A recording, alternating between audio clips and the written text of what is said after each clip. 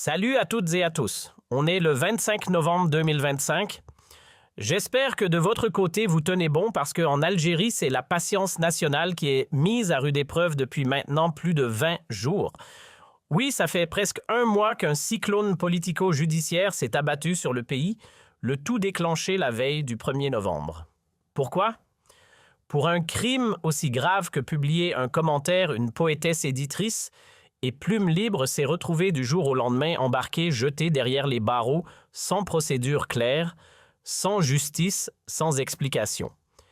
Mais le vrai point d'ébullition a été atteint quelques jours plus tard, le 3 novembre, quand Yassine Benchatta, ancien responsable du Croissant Rouge à Skikda, a brisé le silence. 2 heures de confession à cœur ouvert, les larmes aux yeux, pour raconter l'impensable, les tortures subies, l'humiliation, la faim, les coups, les violences, le tout infligé par ceux censés protéger les citoyens, la brigade de recherche de Boudouaou. Et comme si ça ne suffisait pas, il a ensuite été transféré dans 2 prisons où l'enfer a continué. Pourquoi? Parce qu'il a osé s'opposer aux dérives douteuses, aux magouilles comptables et aux détournements orchestrés sous le regard complice de l'inamovible Sam Hamlaoui. Elle tranquille, toujours en poste, eux broyés. À peine un jour après le témoignage choc de Yassine Benchatta, une autre voix s'est levée tout aussi bouleversante. Cette fois, c'est Hajer Zitouni, journaliste ancienne, chargée de com du Croissant Rouge et surtout lanceuse d'alerte au courage admirable qui prend le micro. Et ce qu'elle révèle glace le sang. Dans un récit méticuleusement documenté, chaque mot pesé comme une preuve, elle raconte l'envers du décor, les humiliations, les supplices, la souffrance. Comme Yassine, elle aussi a été broyée par la machine infernale. Emprisonnée sans motif légal, privée de ses droits les plus élémentaires, soumise à une violence froide, brutale, inhumaine. Pourquoi? Pour avoir osé se dresser face à la toute-puissance d'Ibtissam Hamlaoui. Elle aussi a payé le prix fort dans cette guerre silencieuse, cette guerre sale où l'oppression se cache sous des uniformes et les ordres viennent d'une jeune femme à l'ambition dévorante. Elle a subi et elle a parlé. Novembre touche à sa fin, et avec lui, cela fait maintenant 1 mois tout rond que l'Algérie vit au rythme d'un scandale qui aurait dû faire trembler les institutions. 1 mois entier à observer, stupéfait, l'impunité glisser sur les épaules dorées de mademoiselle Sam Hamlaoui, intacte, intouchable, immuable. Alors que la machine médiatique tente de nous endormir à coups de demi-vérités, de distractions organisées et de silence complice, elle, la star du naufrage, poursuit sa vie comme si de rien n'était, toujours installée confortablement à la tête de l'Observatoire national de la société civile, toujours solidement accrochée au sommet du Croissant Rouge algérien. 0 suspension, 0 mise à pied, 0 mea culpa, 0 justice, et pourtant le scandale, lui, est là, bien là, des témoignages de torture, de détention arbitraire, de violence d'État, mais rien. Pas même un vent qui décoiffe la petite Sam. Pendant ce temps, une poétesse 65 ans, fille de martyr, s'est vue balancée en cellule comme une criminelle juste pour avoir posté quelques mots critiques. Il a fallu l'intervention directe du président pour qu'elle sorte 24 heures plus tard. Mais les juges, les vrais fautifs, toujours en robe, toujours en poste, jamais inquiétés. Juste quelques vagues menaces, quelques mots jetés à la volée pour faire semblant qu'on agit. La vérité, on se fout de nous. Et si je vous disais qu'à Boudouaou, la justice s'est transformée en salon de coiffure privé, vous penseriez à une métaphore? Eh bien non. Grâce à la bravoure inflexible de Yassine Benchatta et de Hajer Zitouni, ou Zineb qu'importe, elles partagent la même grandeur. On a levé le rideau sur un théâtre grotesque, celui d'une justice capillaire au service de la reine Sam Hamlaoui. Là-bas, les juges, des stylistes judiciaires peignent à la main, prêts à coiffer les verdicts, selon les envies de mademoiselle. Le tribunal, son institut personnel. Elle y entre comme dans son dressing, donne ses ordres choisis, qui emprisonner comme on choisit une teinte de coloration. Pas besoin de preuves, il suffit d'un claquement de doigts. Et que dire de la brigade de recherche? Même tableau des gendarmes transformés en personnel de maison. Agent d'entretien de la répression. Subordonné zélé à une influenceuse de l'ombre qui ose entrer jusque dans les bureaux des colonels pour leur dicter les manœuvres, monter des dossiers, bidons, inventer des charges, falsifier des rapports. Bref, fabriquer du faux pour broyer du vrai.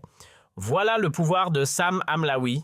Voilà ce que la vérité de 2 lanceurs d'alerte a mis à nu. L'affaire Sam Hamlaoui, c'est un cocktail explosif où se mélangent tous les grands classiques du crime d'État. Corruption bien juteuse, justice mise en laisse, documents officiels, trafiqués à la chaîne pression insidieuse sur les institutions républicaines et bien sûr cette fameuse influence, pas l'influence TikTok, non celle qui fait plier des juges, des gendarmes et des ministres. Tout y est, c'est un best-of de la délinquance au sommet. Et pendant qu'on respire encore les relents de ce scandale d'une ampleur nationale, une vraie bombe institutionnelle, la fin novembre arrive et toujours pas la moindre once de justice, à part quelques effets d'annonce floues sur une soi-disant enquête en cours, une enquête fantôme numérique virtuelle, probablement hébergée dans le cloud, et Yacine, dans tout ça, l'homme qui a osé dire non, celui qui a fui pour survivre, réfugié un temps en Tunisie. Le 17 novembre, il rentre volontairement. Il tend la main à l'État algérien, répond à ses appels, accepte ses promesses, protection, écoute, transparence, enquête sérieuse. Résultat. Voilà plus d'1 semaine qu'il est là, entre leurs mains, à disposition, et le système lui reste immobile. Rien. Le silence officiel comme seule réponse à un cri de vérité. Le message est clair comme de l'eau trouble. Je fais ce que je veux et si ça ne vous plaît pas, c'est pareil. Voilà résumé en une punchline l'attitude de Sam Hamlaoui. Rien ne la freine. Aucune suspension, aucun rappel à l'ordre, pas même une convocation symbolique. Pas un soupçon d'enquête sérieuse. Rien. Elle trône toujours immobile, inoxydable. Et tenez-vous bien, ces derniers jours, on assiste à un retournement de script digne des meilleures productions propagandistes. La machine médiatico-sécuritaire s'est mise en marche discrètement, comme un fond sonore qui gagne en intensité. Et devinez quoi? Dans cette nouvelle version de l'histoire, Sam Hamlaoui devient la victime. Oui, celle qu'on accuse d'avoir couvert des actes de torture serait en réalité l'innocente cible d'un complot. Et comme toujours, pour faire diversion, on agite l'épouvantail préféré du régime, l'islamisme. Yacine forcément islamiste, Hajer Zitouni islamiste aussi. D'ici peu, ils seront catalogués comme membres du rachat du MAC, des frères musulmans ou même du Hamas, que soit dit en passant. Tebboune ne considère plus comme un mouvement de résistance, mais comme une organisation terroriste. Et hop, l'étiquette est posée. Pourquoi? Parce qu'attaquer une femme blonde maquillée non voilée, ça ne peut venir, selon leur logique tordue, que d'un barbu fanatique. C'est ça leur tour de passe-passe, transformer la réalité en scénario paranoïaque pour noyer la vérité dans un bain de soupçons. Manipulation quand tu nous tiens. Alors, est-ce que Yacine est islamiste? Franchement, j'en sais rien. Et pour être honnête, rien, absolument rien dans ce que j'ai lu, vu ou entendu ne vient justifier une telle fable. Pas la moindre preuve, pas la plus petite rumeur fondée. Et Zitouni, pareil, aucune idée. Peut-être qu'ils le sont, peut-être pas. Mais inventer des affiliations pour discréditer des voix qui dérangent, c'est un vieux tour de passe-passe qu'on connaît par cœur. En revanche, ce que je sais avec certitude, c'est que moi, on ne va pas m'accuser d'islamisme. Ce serait une blague cosmique. Mon passé, mes engagements, mes idées, tout ce que je suis crie l'inverse. Me coller cette étiquette, autant dire que le Sahara, c'est l'Amazonie. Et puis parlons-en du pouvoir. On a un président qui joue, au pharaon costume 3 pièces et posture de chef suprême, mais qui n'arrive même pas à tenir tête à une seule femme. Une seule.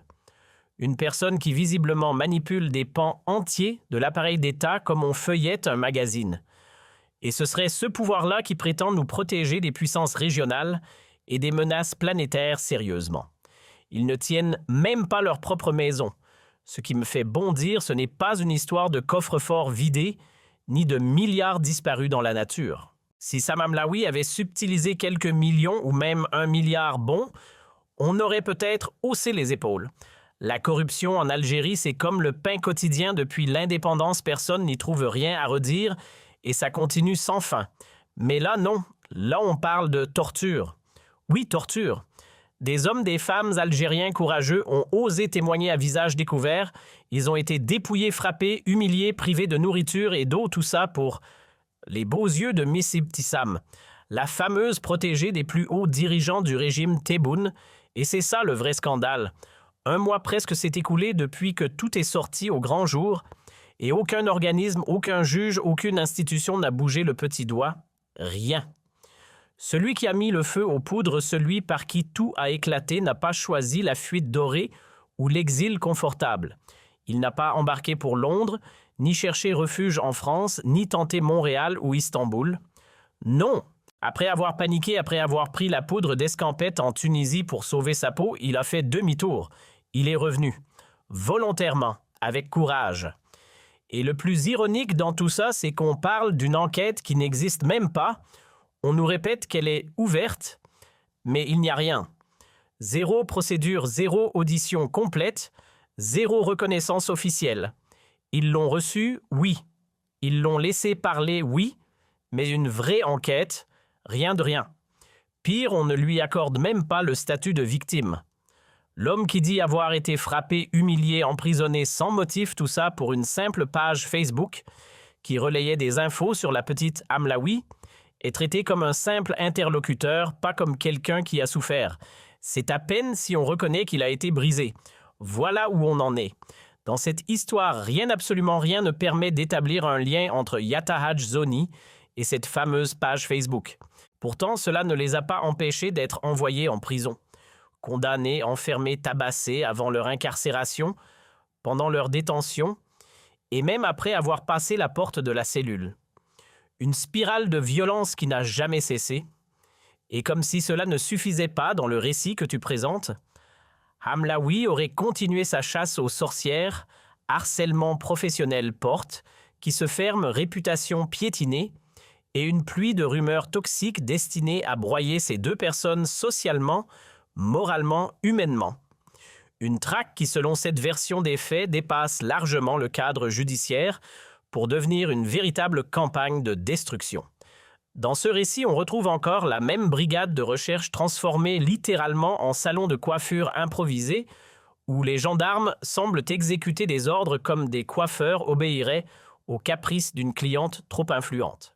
Et là, une question claque comme une gifle, comment ces hommes peuvent-ils encore croiser le regard de leur épouse, de leur mère, ou même affronter leur propre reflet dans un miroir? Dans une histoire comme celle-ci, la brigade de Bondra aurait dû être mise sous scellé dès la première minute. La DCSA, elle devrait débarquer et interroger tout le monde, du colonel haut perché au planton qui ouvre la porte.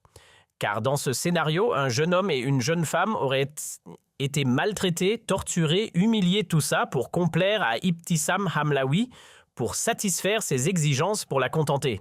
C'est du moins ainsi que le récit le présente. Et au final, rien. Silence radio. Dans cette histoire, telle qu'elle est racontée, un scandale de cette ampleur serait littéralement en train d'être étouffé sous nos yeux. Et voilà maintenant qu'on tente de nous servir une nouvelle théorie. Ce sont les islamistes. Vraiment, on voudrait nous faire avaler ça, il faut arrêter de prendre les gens pour des idiots.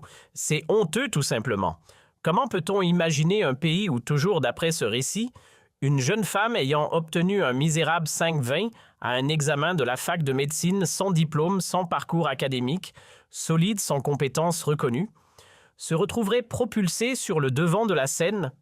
Je m'arrête là parce que certains sous-entendus deviendraient inappropriés pour un public de moins de 18 ans. Mais tu vois l'idée, je le dis clairement, je respecte la vie privée, je respecte les choix intimes et je n'ai aucune envie de choquer les familles qui regardent cette vidéo.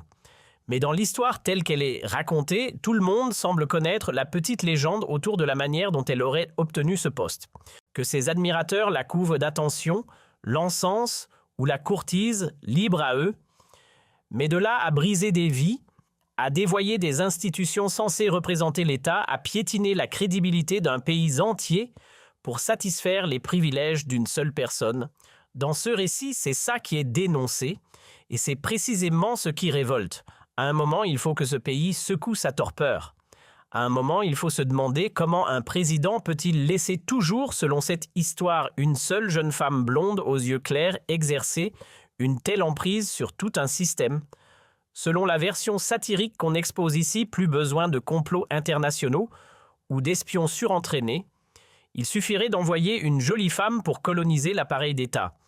Une caricature, oui, mais une caricature qui, dans ce récit, symbolise l'absurdité du pouvoir. Ce qui est raconté ici dépasse la simple indignation, c'est grave, profondément grave. Ce que cette histoire laisse entendre, ce que ces événements symbolisent, c'est d'une lourdeur incroyable. Et face à cette gravité, je me permets dans ce récit de lancer à nouveau un appel. Un appel sincère, appuyé, presque désespéré, celui adressé à Madame Tebboune, que beaucoup voient comme la seule capable de débloquer la situation. Madame Tebboune, dans ce discours, on vous présente comme une femme de principe, de droiture, de patriotisme. Une personne attachée à la morale, au respect, à l'éthique. On évoque l'idée que vous comprenez ce que vit une mère lorsqu'un enfant est jeté derrière les barreaux.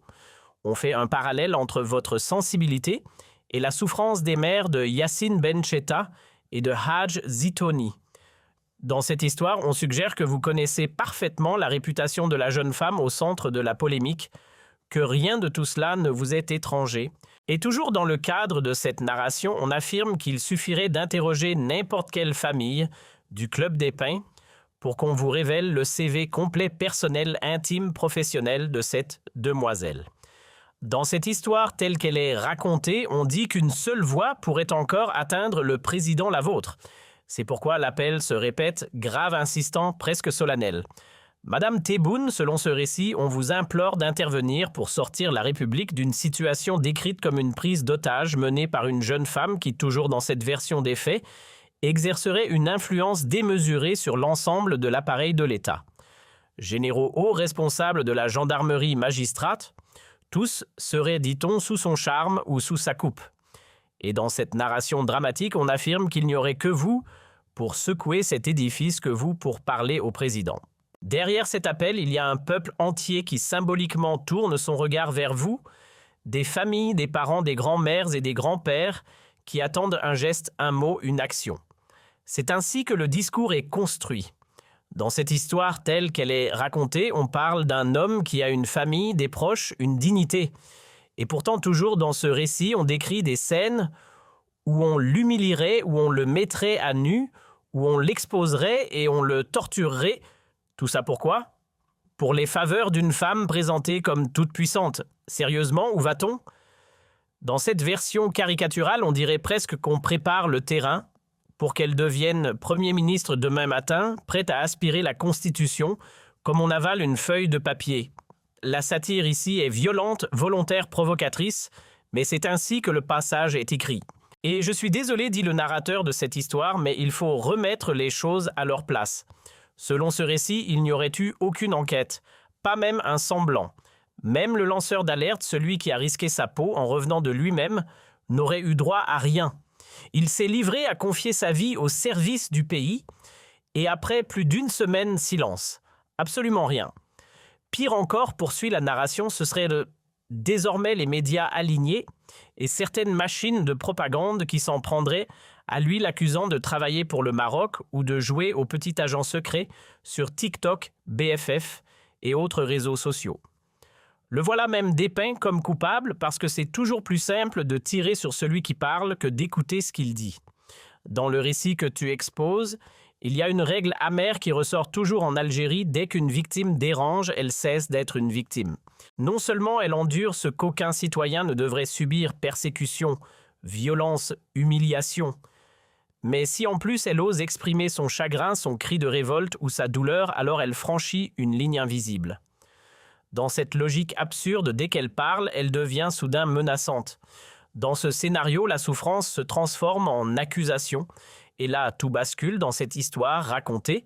La victime est rapidement requalifiée en terroriste, en islamiste, en agent d'un service étranger, peu importe lequel, Maroc, DRS ou autre sigle pratique. Le message implicite est clair, la personne qui a subi l'injustice doit se résigner, encaisser le coup, ravaler sa dignité et surtout se taire à jamais. Dans cette vision satirique, c'est ainsi qu'on éteint les voix qui dérangent en les accusant de tout, sauf d'être des victimes. Dans la manière dont cette histoire est racontée, on se retrouve relégué au rang de serviteurs, des serviteurs. Une sorte de retour à l'époque des pharaons où la souveraine Cléopâtre, dans cette métaphore, trône au sommet et nous peuple réduits à n'être que des silhouettes dans son royaume imaginaire. Et cette idée me frappe comme un coup de massue, c'est la honte. Une honte plus lourde, plus suffocante que celle provoquée par tous les autres scandales réunis. Je me sens trahi. Ce pays qu'on me décrit là n'a rien à voir avec celui qui m'a vu grandir. Ce n'est pas l'Algérie qui nous a formés, qui nous a transmis des valeurs. Ce n'est pas l'Algérie pour laquelle mes grands-parents ont risqué leur vie afin de briser les chaînes de la colonisation. Non. Cette version-là présentée dans ce récit n'est pas mon Algérie. L'Algérie que nous portons dans nos cœurs n'a rien à voir avec cette caricature sombre. Celle qu'on décrit ici est une Algérie humiliée, abîmée, méconnaissable. Une Algérie de la honte, une Algérie qui nous fait détourner le regard. Et toujours selon ce récit, elle est tout simplement intolérable. Dans cette histoire telle qu'elle est racontée, l'appel revient encore presque comme un refrain: rendez aux citoyens leurs droits. Redonnez-leur leur dignité. Et encore une fois, je m'adresse à vous, Madame Tebboune. J'espère sincèrement que mes mots vous parviendront. Je suis même convaincu que parfois vous tendez l'oreille. Dans ce récit, vous êtes décrite comme une figure maternelle pour tout un peuple, la mère symbolique de Yassine, d'Abdou Semmar, de Hajer Zoni, et par extension de toutes les Algériennes et de tous les Algériens. Une présence rassurante, protectrice, capable de comprendre la douleur et la détresse de ceux qui souffrent. On vous prête dans le cadre de cette narration une moralité exemplaire, un sens inné de la justice, une éthique limpide. On affirme que jamais vous n'auriez toléré que des scandales d'une telle ampleur se produisent dans un pays dirigé par votre époux. C'est pour cela que l'appel se fait pressant: agissez, madame. Oui, agissez. Dans ce discours, on vous présente comme la seule qui pourrait mettre fin à l'impasse, secouer les dirigeants décrits comme des pantins empêchés, qu'ils soient manipulés par une jeune femme qualifiée d'insignifiante en compétences, mais parée de charme superficiel, qui, toujours selon le récit, lui aurait ouvert des portes qu'elle n'aurait jamais pu pousser autrement. L'appel est clair. Vous seriez la clé du déblocage. Dans cette histoire, on insiste sur un point évident. L'Algérie ne manque ni de beauté ni de talent. Des femmes remarquables, brillantes, intègres. Il y en a partout des profils 1000 fois plus solides, plus méritants, plus respectables que celui de la jeune femme mise au centre du scandale tel qu'il est raconté. Rien ne justifie qu'elle se comporterait comme une figure incontournable, ni qu'elle imposerait toujours selon le récit son autorité ou celle de son entourage sécuritaire à la justice du pays. L'Algérie n'a pas besoin d'une seule personne pour fonctionner, encore moins d'un diktat personnel. Et puis il reste cette ligne rouge absolue: apprendre qu'un homme et une femme algériens auraient pu subir des humiliations, des violences, de la torture en 2025, dans le même pays qui prétend défendre la dignité et les droits humains. C'est insoutenable. Simplement inacceptable. Le mot est faible. Dans ce récit, c'est la rupture totale entre la nation qu'on espère et ce qui est décrit.